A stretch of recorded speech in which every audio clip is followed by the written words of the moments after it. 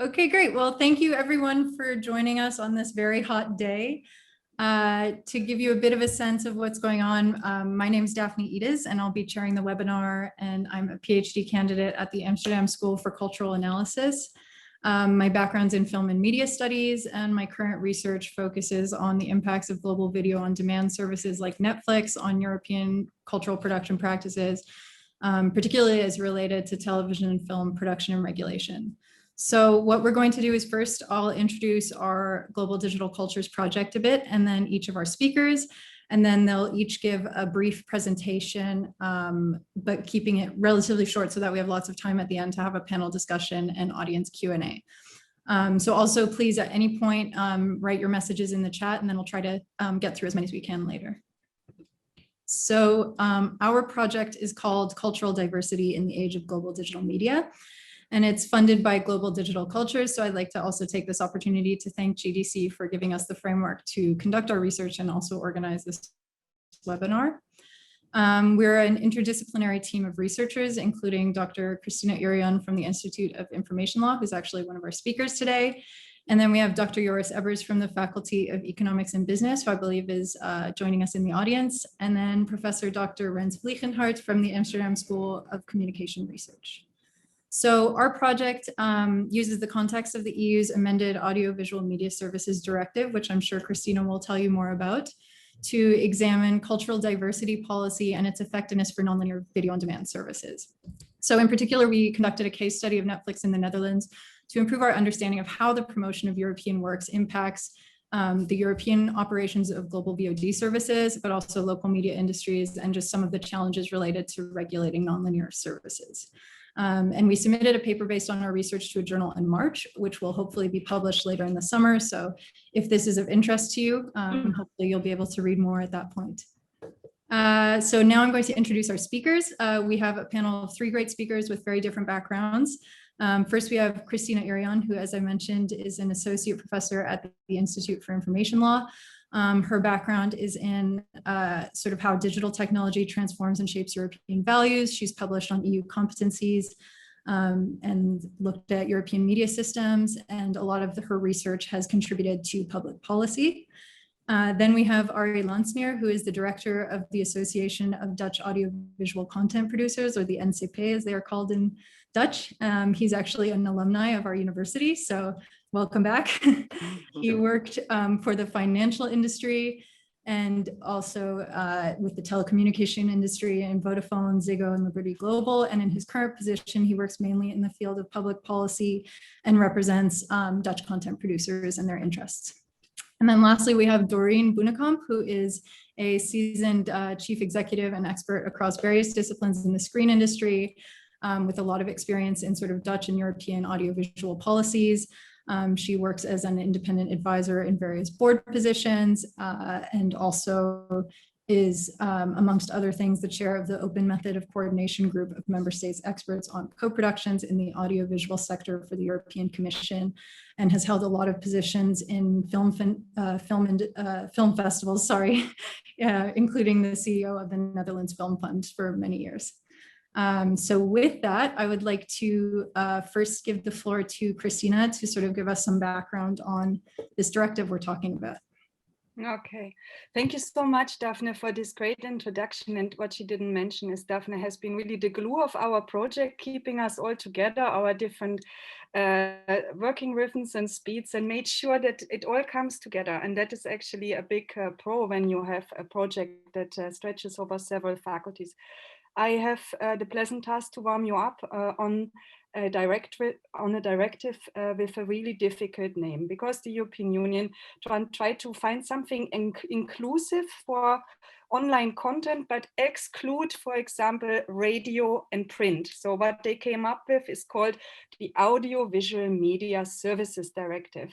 It is a complicated word, it is a long word, but Daphne learned it very quick. So after a while, you really get warm to it. I will abbreviate it as AVM. Okay. So the European Union is actually not a natural player in the field of culture, because cultural competencies are with the member states. that the European Union was able to actually regulate television first, and now audiovisual media services has to do with the internal market dimension. The cross-border provision of services like television services and recently also video on demand services is a reality and a fact. And exactly out of this, the European Union could wield the competence to strengthen the internal digital market and create rules for the entire EU that are trying to harmonize certain aspects of the provision of telecommunication services, thereby to media services, thereby pulling up the regulatory levels in all member states to a certain level, yeah, and then enshrine the country of origin principle, which means that countries, media services providers in one country can provide their services also in other countries. So it is actually an internal market instrument. It is not a cultural instrument. Yet, because culture is such an important policy objective for member states, also part of the objectives of the European Union, these directive could not exist without also cultural objectives inside. Now, fast forward, it started with television. That was kind of a straightforward case. You are introducing quotas, you are introducing prominence requirement, perhaps also a certain exposure for independent producers. But since then, the media landscape has dramatically changed. Digital transformation has overhauled many of the traditional media sectors. We are now seeing a parallelity out of the traditional linear television services, which are still attractive, but increasingly so the so-called video on demand services. Here you are no longer confined to a fixed schedule of programming, but actually users, audiences, consumers, citizens can choose according to their own preferences. And that's where the troubles start, because things that usually, like our instruments, our policy tools that usually are geared towards increasing the exposure diversity of the audiences, do not work very well when the people can choose what they want. Because now you can perfectly spend your day without seeing cultural content or the news even, yeah? And this is something that has challenged our regulatory frameworks to the core. Now the European Union has been revising its Audiovisual Media Services Directive in 2018. In 2020, the member state had to transpose that into their national laws. And one of the major innovations in this revision is that they have updated the regulation of these on-demand video services on demand in order to step up the cultural policy objectives. So traditionally it was the television that had such objectives, but now with the changed media environment, also on-demand media services providers have two duties, and actually maybe another one. The core duties under the new directive is that they have to carry a certain threshold of European productions. Yeah, this is a duty that in a catalog has certain limitations, let's put it that way, because a catalog is very flexible and can be bigger or smaller, and imposing a quota in that case has sometimes limitations in the way how it works. That was a good idea for linear services like television. There's another important obligation to increase the prominence and the visibility of European content. That is an interesting one, because I think we all know that being prominent in a search engine or in the internet is really key to being found by your audience. Otherwise you will be there, you have great content, but nobody will ever find it. Yeah? And then there's a third option. That is an option for the member states. They can choose to do it or not. Many did already. That is to introduce a levy that on the video service on demand providers that would be then used to contribute to the production and creation of original European content. So these are the three new things. The main difference is that the first two are EU-wide imposed, and there also the country of origin principle applies, which makes the Netherlands actually a hub for audiovisual media services regulation. because many of these companies, the video on demand companies, are established right here in Amsterdam. And that is Netflix, but also Disney and a number of other international subscription-based video on demand services. The levy is an option for the member states. They can impose that on every content provider that actually targets their country. So if, for example, Netflix targets Spanish users with Spanish dubbed content and can be subscribed in Spain, then the country of Spain could decide to leverage this, this contribution, this financial contribution that would then be put into the production of original Spanish content or European content in that sense. And actually here I want to leave it because we already touched many of the things, and now it's time to really not hear from somebody who studies the books, but from the practice. Thank you so much, Kristina. That was a great background. So I think now we will go to Ari and have a much more different angle from a perspective. So, Ari, it's all. Thank you very much. I would like to start with something I learned from the university. That is, what kind of a problem are we trying to solve? And thinking about that, I thought, well, we started, well, let's say 25 years ago with a value chain, which was very orderly and transparent. And the value chain as such has not really has not really changed that much, but it is not very transparent anymore. So very short, what did we have? We had the content creation, we had the packaging and the delivery of the content. And it was fairly, well, orderly, because we had public broadcasters, and the public broadcasters had their own constituency. They had Catholics, Protestants, left-wing, right-wing, and so on and so forth. And there were not that many channels. So the audience were really looking at 2 and later on 3 networks, 3 channels. And I think one of the disruptive new entry of new players, the entry of new players, was the commercial ones. The commercial ones entered the market, and not only the constituency of the broadcasters were important, but also the what I could say the audience share, because the broadcasters had to get their income, their money from advertisements. So apart from the constituency, it was also important to have a very big audience share. And I think then started the problem, because when a program was really popular and the audience share was very, very big, then other broadcasters tended to copy it. And that was, I think, the first step that the landscape differed, because no longer it was the guarantee of broadcaster A with a Catholic background or a constituency, Protestant, left-wing or right-wing, having guaranteeing the diversity of all the offerings. It was now more or less looking at how popular is a program. So in my view, a few stupid programs become very, very popular, and people, some cultural ones, were well, lacking behind. And I think that was the first step.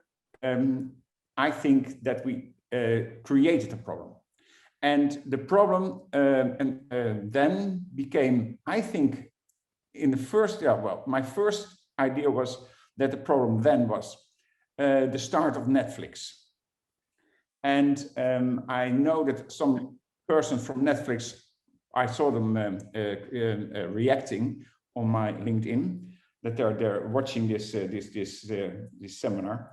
I was not afraid of Netflix, but I was afraid of a company who was creating a system, like for instance Facebook and Google, the winner takes all mentality. So that we had only one company, and that was then Netflix. And also the value chain changed a bit because of Netflix. Because Netflix is not only the content creator, it also is packaging all the content, but also distributing the content. So they took the whole chain. Netflix, as for instance, very different as compared to IViR or other broadcasters like SBS, or they don't have a consumer relationship. Netflix has. So they control the whole the chain value. And I think that was, one of the things what was disturbing regulators and also disturbing producers, because we were in a position that it was very clear that we had to pitch with public broadcasters, we had to pitch with commercial ones, and now also to pitch with Netflix. And I'm rather optimistic right now. Well, optimistic is a great word, less pessimistic, because of the fact that I think that not only Netflix is entering the market, other companies also have seen room to enter the market, and Netflix is feeling competition. And I think the competition in the coming years will be huge.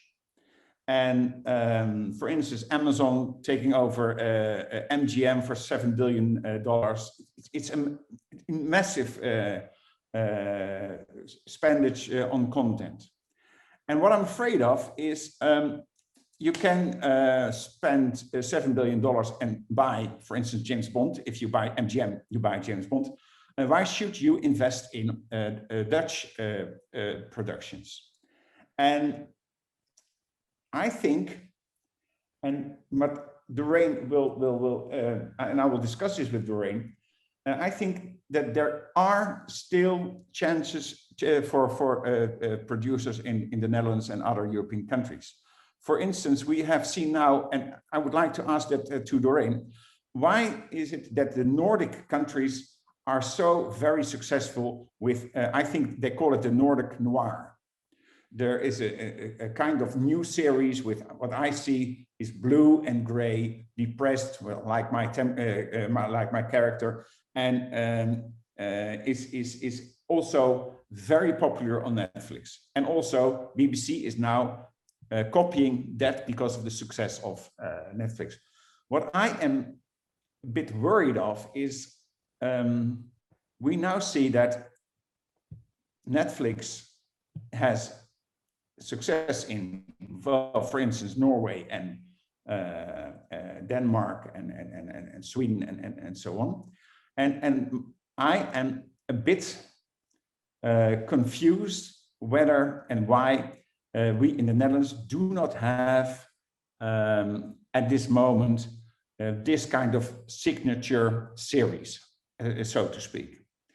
And I think that could help with investments in productions in the Netherlands, because I'm still I'm 4 or 3 years in the start of the value chain, because before that I was in telecommunications. I was at the end, but I'm still a bit worried about the fact that I am convinced that we have the quality of producers, we have the infrastructure, we have everything to compete with the rest of the world.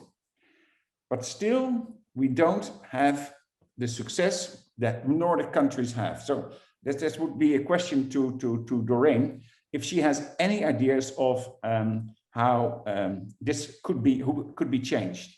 And maybe for now, I'll give the words the chair to Doreen, because I'm very interested in how she looks at it, and maybe I can react on that later on. That would be great, Doreen, if you'd like to follow up.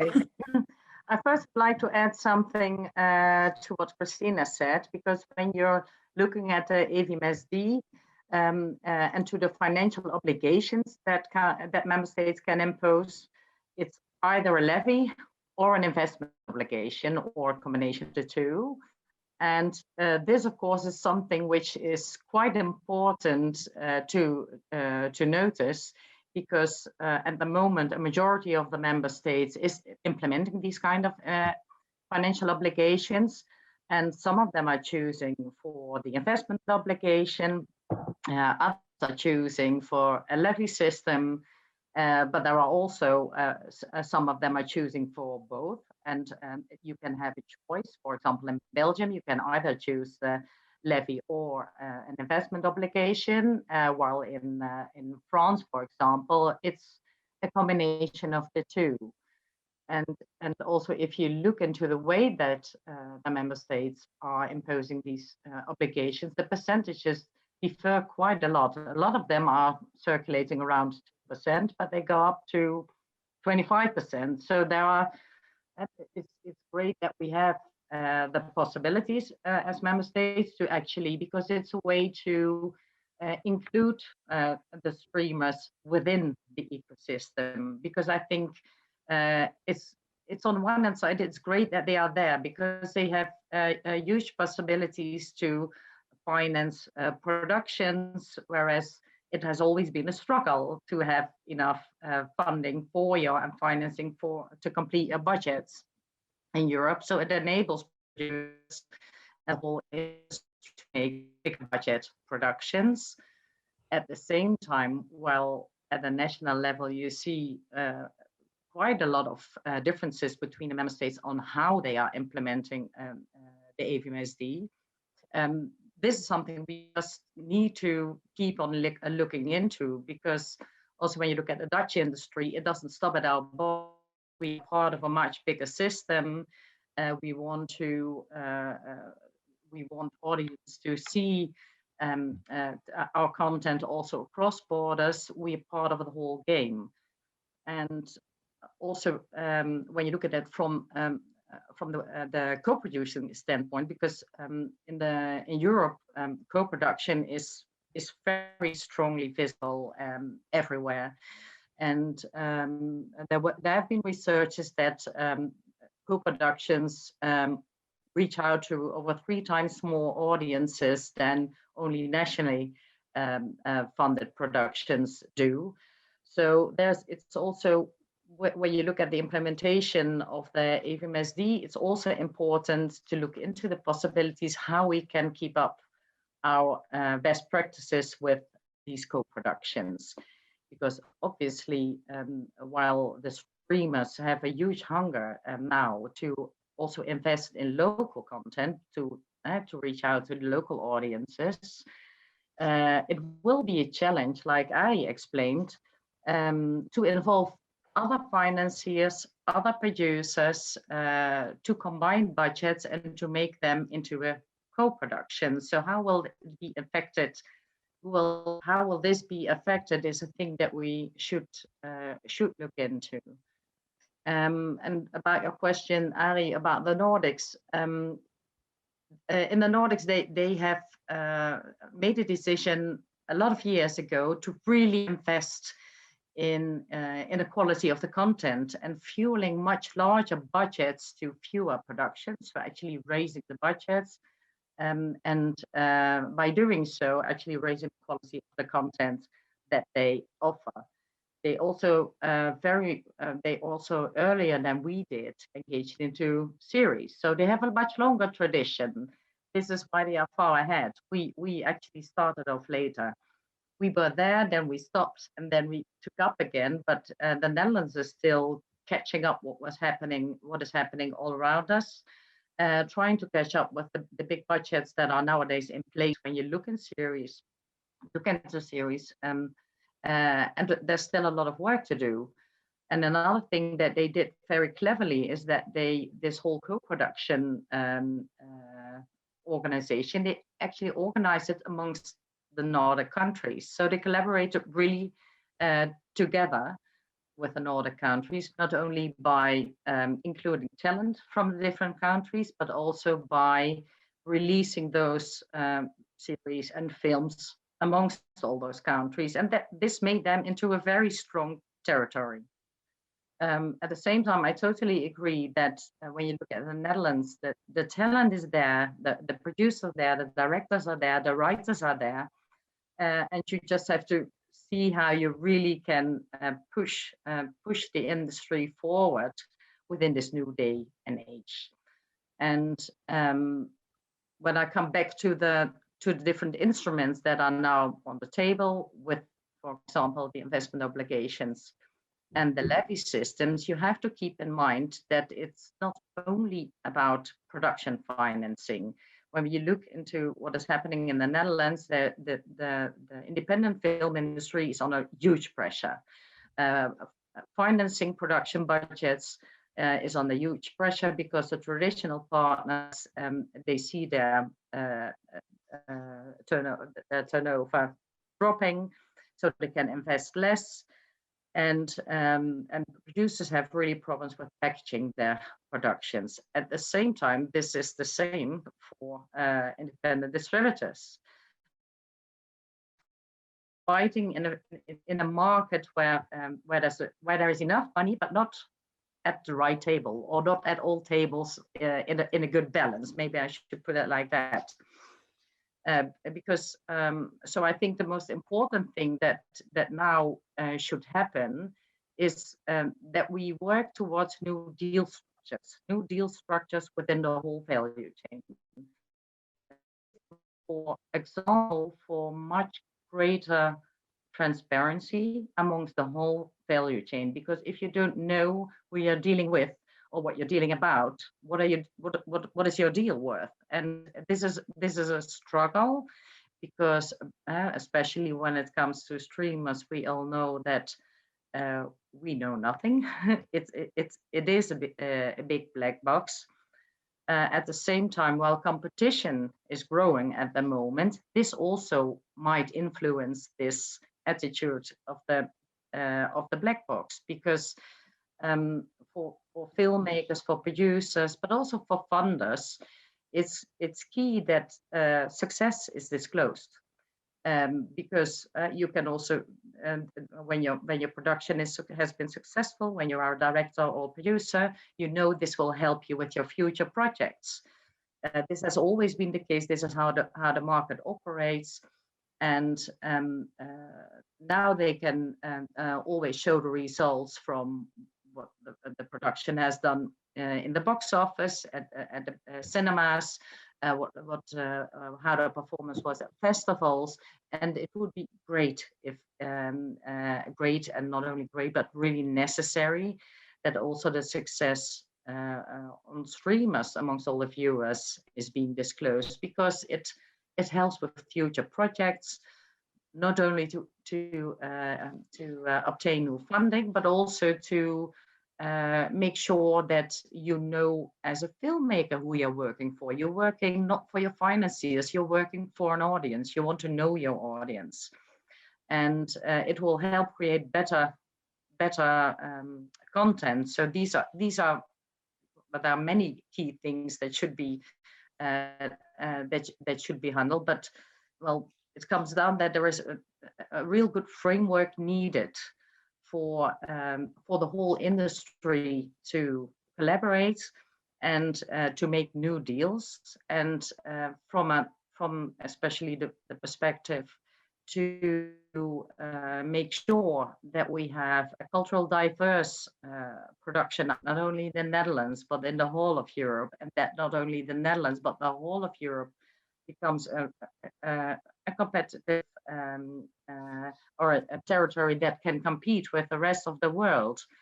It's key that we look into that framework, that this can actually work, so that it, and this is also why I first addressed the differences on how now the AVMSD is implemented in the different member states.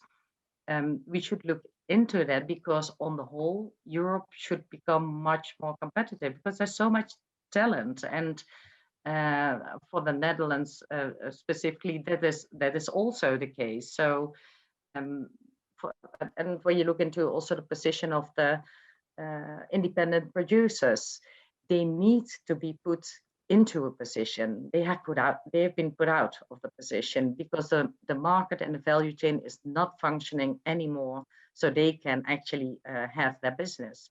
So these things are actually key, I think, for our discussion to dive further into. Thank you so much. So I think, yes, it would be great if we can now sort of have a little panel discussion where if any of you want to sort of respond to each other, and then we'll sort of move on to more of a Q&A situation. So just a reminder that the audience can write in questions at any point. So I don't know if you... And then maybe a short reaction to Doreen, it's one of the things we know about the value chain is that the value chain exploded. If you see what consumers pay now as compared to 20, 25 years ago, it's immense. It's much more than 20 years ago. And it's about billions of euros. And I'm always very curious why the value chain doesn't work. Well, that would say it doesn't work for me, for us producers. It works well for the companies who have a consumer relationship, but it doesn't work for, let's say, the creators of content, the companies who are at the start of the value chain. I think that's a problem we have to tackle. And another issue is, of course, that the market work. We have so much competition with the biggest companies of the world, Amazon. We have now, I don't know the name of the company, but they just bought Formula One from Ziggo, Nordic Entertainment Group, I believe. They are also entering the Netherlands, because the Netherlands is a very interesting market, because we are willing to pay for content, we are willing to pay for a series and so on. But still, what we don't see as producers, and I'm not going to cry, but we don't see any we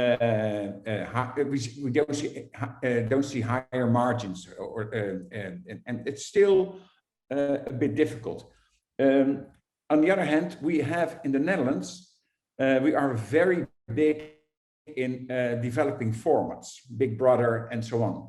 That's not a problem in the Netherlands. So I also represent companies who make very not a fortune, like for instance the companies who are at the end of the value chain, but still do very good, and that are the creators of formats. So there we are doing very well, but still we have a problem with, well, the cultural series and so on. Kristina, yeah. That is massively interesting, and Doreen, you actually did formulate a research question that I myself am interested in, because the fascinating thing about the financial contribution and how member states are going to deal with it, if they do a levy or an investment obligation, that is creating a laboratory across the whole EU. And now it's too early, but in 5 years' time, we are going to see what works, the mix and match, the single levy or the investment duty. This is something we have not so much experience with yet, but we are going to see really in which countries it creates the desirable plurality and cultural diversity objectives. So this is going to be interesting to observe, and when it's doing postdoc, we're going to look at it again. The other thing is, of course, also how is it going to work that the Netherlands, that the Commissariat for the Media is going to be the regulator in terms of observing, monitoring, and enforcing the content quota, and also about the visibility and the prominence of European content. What are we going to expect? What is, for example, from the point of view of you, Adri and Doreen, what is desirable in terms of exposure? How should audiences become more aware of European content, for example, or independent productions? Well, you're very right, but with both points. The first thing when you look into the levies and the investment obligations, it's very true. We'll see in a few years how it works. At the same time, when you look at the past year, the COVID crisis, you could well see that through the funders in the whole of Europe, a lot of specific measures were immediately put in place. For example, covering additional costs that occurred because they had to produce, because they followed the protocols that were everywhere, and productions became more expensive. It were the funds who actually created solutions for that. Moreover, what they did was put schemes in place to keep to make sure that we could use the time to develop more new projects. So they were there and immediately could react. When you look at it from that view, when you have investment obligation, it is just going to be put into production. I think we should really carefully explore the possibility of a levy system, because it's much more rich. It could address problems within talent development. It should address actually also problems with distribution and outreach to audiences, because only producing is nothing when you can't reach out to producers. So also without research, I think it's very good to look into these different systems, just using what we already know from the past. And this is also, I like the way that some countries chose to combine both instruments, because obviously there are players that can very clearly invest into new productions. But I think it would be good to look into models where you could also fuel through a levy some of the contributions to strengthen the industry and the value chain on the whole. Yeah. Sorry, go ahead. No, we have a slightly different approach. We tend to look at we think an investment obligation would be better, because I think market players can better see or look what consumers would like to see and to look to watch. So on the other hand, we have to make sure that that these quality programs are that the public is aware of the fact that these programs exist. But I think still that quality will, in the end, survive. For instance, we have in the Netherlands a series called Arjan Lubach op zondag, and it started with a very low audience share, but in the end, also what's an issue in the Netherlands is that we are tending to lose the younger persons watching television, because they only watch Instagram and small movies or clips from a person who falls into a pit or whatever. Everybody's worried about that, but I think we should make sure that we invest in programs with high quality.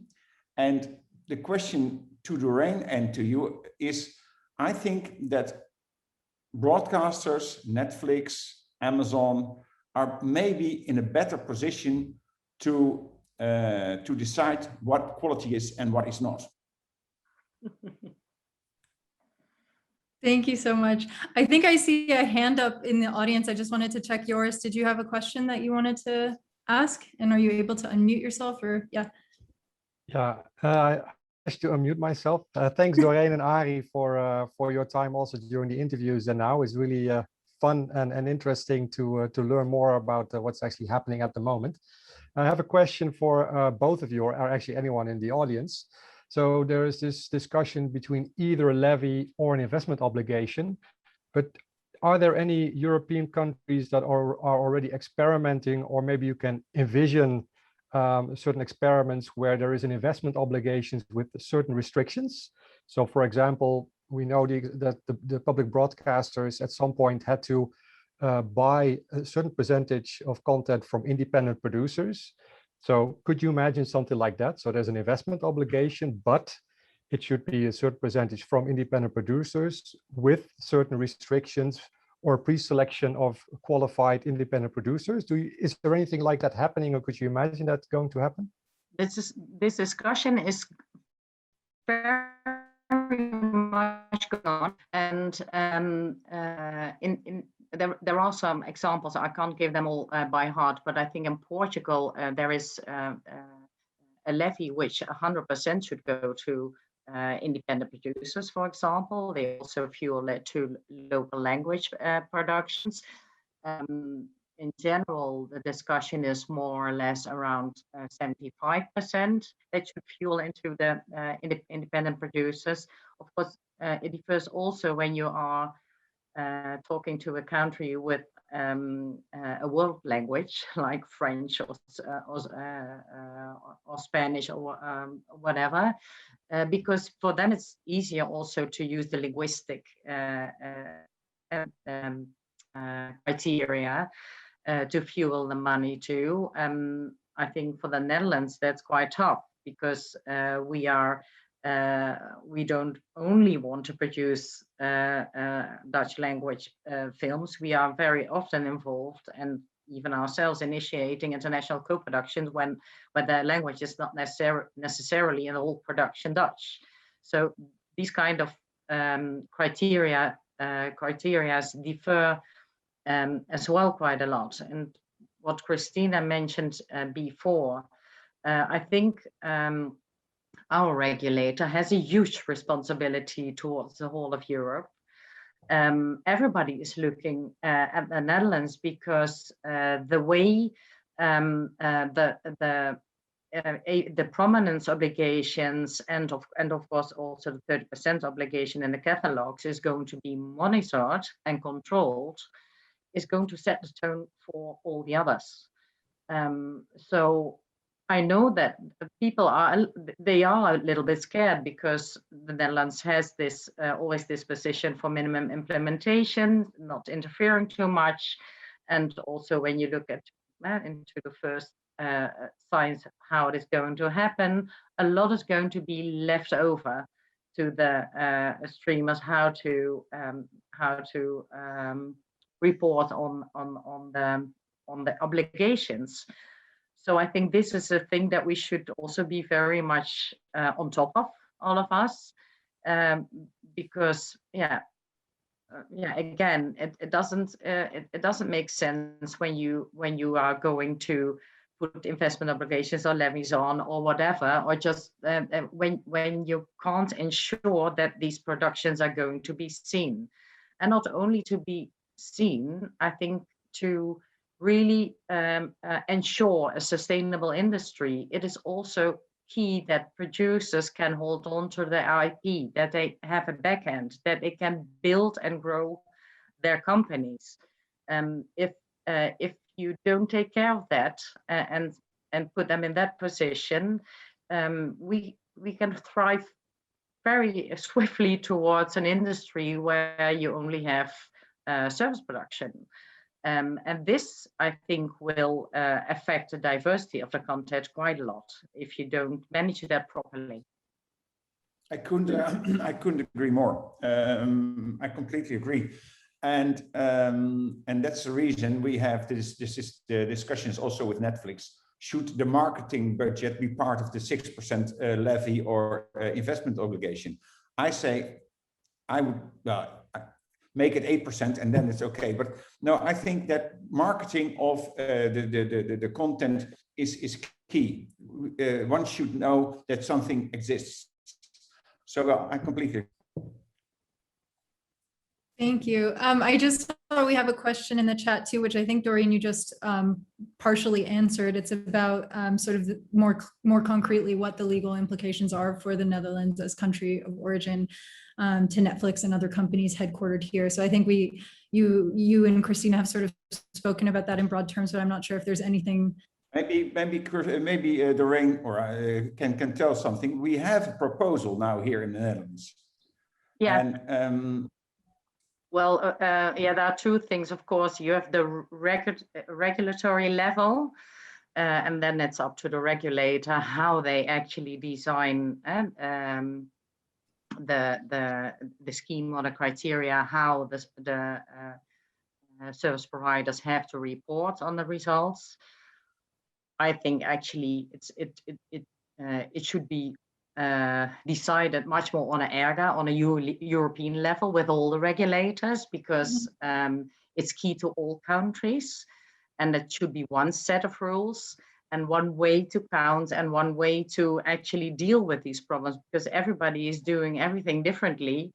What are we actually controlling? What are we monitoring? And I don't think it makes sense. So it should be lifted to a higher level. And for the financial obligations, of course, the first parts of the AVMS directive have already been implemented. This concerns the 30% and the prominence obligation.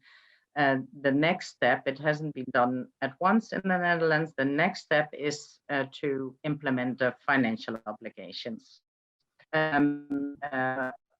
It's already quite exceptional. We have to be aware of that with this open market policy in the Netherlands, it's quite special that even the Netherlands is talking about these commitments, these financial obligations.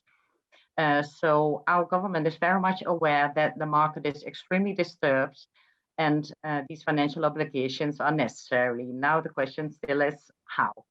There is a draft law that has been for the second time into consultation just before Christmas, and was meant to be sent to Parliament. But as we know, our government stepped down. We had elections, and there's still no government, so it's still somewhere on the table, but not where it should be in government, in Parliament, to be discussed and decided on. Within this draft law, the last version that we also who took part in the consultation was considering investment obligations, so no levies. It's going about investment obligations to a percentage of 6% for there was still in cinemas and TVOD. And when it comes down to SVOD and broadcasters, it was 6%. So 3% for the TVOD and cinemas, and 6% for the broadcasters and subscription fee. Those were the levels that were being discussed. We know that there have been some discussions, some of the players moving out, maybe others moving in, but we are waiting for the next step. To move it on. At the same time, it's really a board that is taking such a long time, especially as we have seen during the COVID crisis that, well, the whole traditional industry tumbled down with cinemas being closed, and the platforms increased extremely. So it's more than ever necessary that these frameworks come into place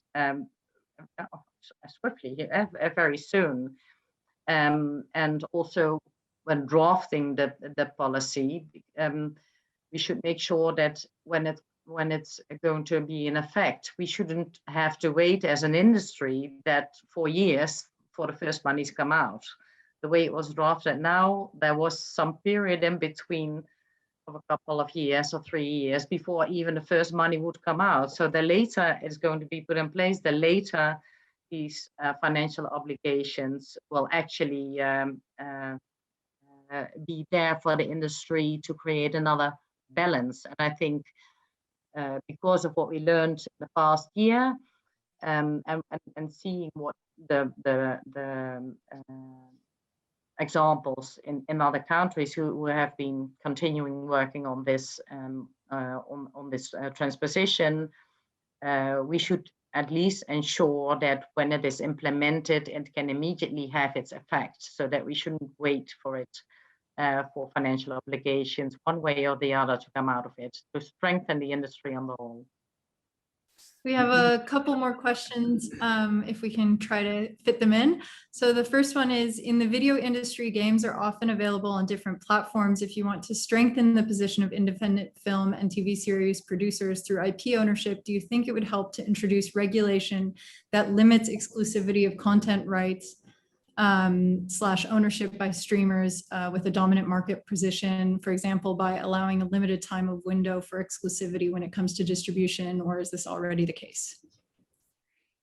That's a discussion producers all the time have, not only with the platforms, but also with the public and commercial broadcasters. I think we should go to a system where that you get, well, to monopolize all the content should be limited. And I don't know whether regulations are necessary or that the market will be flexible enough to say, well, if I, for instance, have a contract with a public broadcaster like INDIREG, and I can, after that, sell it to Netflix. And after that, I can, well, DVDs are a bit old-fashioned, but I can try to sell it to another company. Everybody benefits from it. And I think all these measures to make it exclusive creates a system where if it isn't successful on one platform, it will be diminished, it will be forgotten.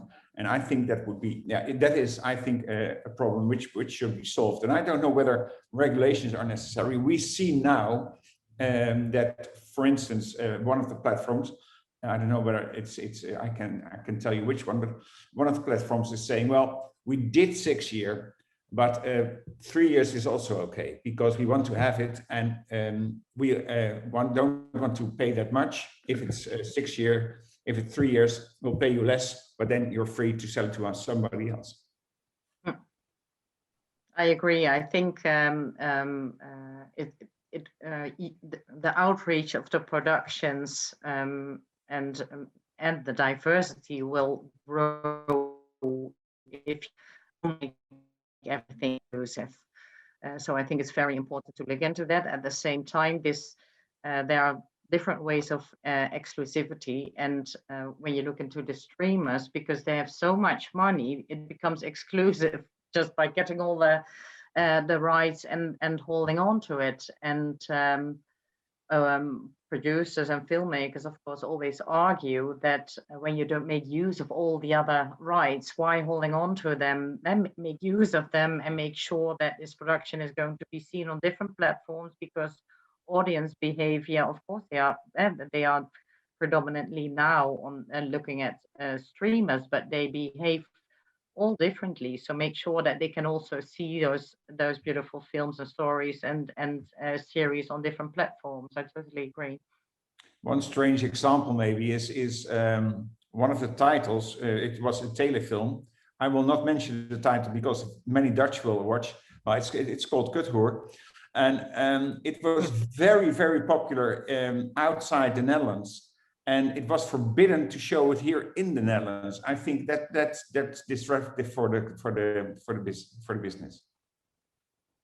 I would like to use this opportunity to actually ask you two how such a prominence requirement could be working on a video on demand service. I'm an avid Netflix user, I can say that, and of course, I also almost never get over the first screen, the magic first screen, where you zap and you see what's new and what's trending, and then you are stuck there. Only sometimes I click on Art House, what is how can prominence be achieved for this valuable content? Who decides what is valuable, culturally valuable content, and what is it that creates this necessary link between the audience and this content? I think what you just mentioned, that you choose. I think nearly everybody that you choose from the first site that you have on the platform. So simply put, you should be already attracted to that content in the interface that you just see while opening up the platform. On the other hand, these interfaces and what you see as a consumer is determined by the algorithms. So you need to, when you really want a clear answer on this, I think you need to dive into how these algorithms work and function, and see if by doing so you can come up with much better proposals to ensure prominence on these VOD services.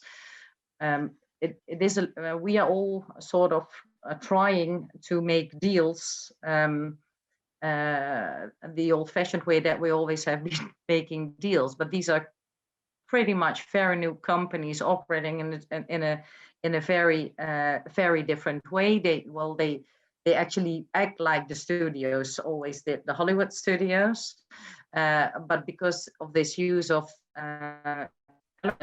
it's very different. So it's not an easy question actually to answer, but well, the first thing I think that is extremely important, ensure that productions are to be seen in the interface that you'll see while starting up the service. I'm rather pessimistic about solving this problem. If you look, for instance, at YouTube, they tell us you can see almost everything, but I think it's 0.0001% of all the content of YouTube is found regularly. So I think it's a very well, hard to tackle a problem, but I think that is also up to the platform to find solutions, because the platform wants to distinct themselves to the others, and that's what I said. That's the reason why I'm rather optimistic, because they have to choose whether they are presenting themselves to the Dutch public with what, and yeah, that I don't know how, but they have to look for a solution to show what kind of new and maybe hopefully Dutch stuff there is on their platform. Well, one very simple thing is disclosure of success. I mean, when and they have to disclose your success, and then you know whether you're prominent, yes or no. Yeah. Well, I think with our last minute, I don't know if I can even hit the last question. Do we have like a couple minutes to just do that? Okay, yes. So there's just one final question that we can very briefly answer, hopefully. Someone asked, what about the following example set by Friesland Campina, in which farmers decided to join forces in local cooperatives, strengthen their market position, and ensure sales of their milk? So I guess, is this something that we could do or are already doing in the audiovisual industry? Ari. Well, to be honest, there's one big difference between all the producers of milk and all the producers of content. We are very different as compared to milk. It's a completely different product. So milk is milk, and we do not, well, our producers would like to work together on several occasions, but not concerning their content. Well, yeah. One thing about collaboration, of course, on a European level, again, the European Producers Club made a proposal towards the streamers about new deal making. So yes, indeed, producers should collaborate amongst each other and also have the discussion with the streamers. to see what kind of deal making would work for them. It's not a one-way situation. It should work for both. So I think that is an important first step, and it can evolve into something much that can work in future. It could also be part of an investment obligation to actually have some standard contractual clauses that say you can only account this money, this investment to fulfilling your legal obligation if you are not creating exclusivity, you know, such things. Sure. There are ways to link that together in a smart way. We are early in the game. The Netherlands has a special position here. I hope they are going to be visionary and not to just make it a great environment for the platforms so that they are staying in the country. Yeah, that this is a balanced approach. Cultural diversity is very important, and we have to watch out for it. This is not just something that the market will fix, and not just popularity, like what you said, Ari, is not enough to actually say this is now what we want to achieve. Yeah, we need, sometimes some things are interesting for a fraction of the society and they are still worth promoting. And here we have to watch out that we are not becoming in such a popularity rating output for our cultural policies. No, also niche content, independent content, and stuff that is not exactly mainstream should have a right to exist. Otherwise, we would not make any progress. Amazing. Thank you so much. I want to say a huge thank you to speakers. Thank you for giving your time and for giving your informative talks and for this great discussion. I hope everyone in the audience enjoyed it as much as I did. Please feel free to email. I think our project is on global digital cultures. So if you have more questions for me or Kristina or anyone, send us an email, and hopefully you'll be able to read more about our project later in the summer. Thank you. Thank you. Thank you. Bye.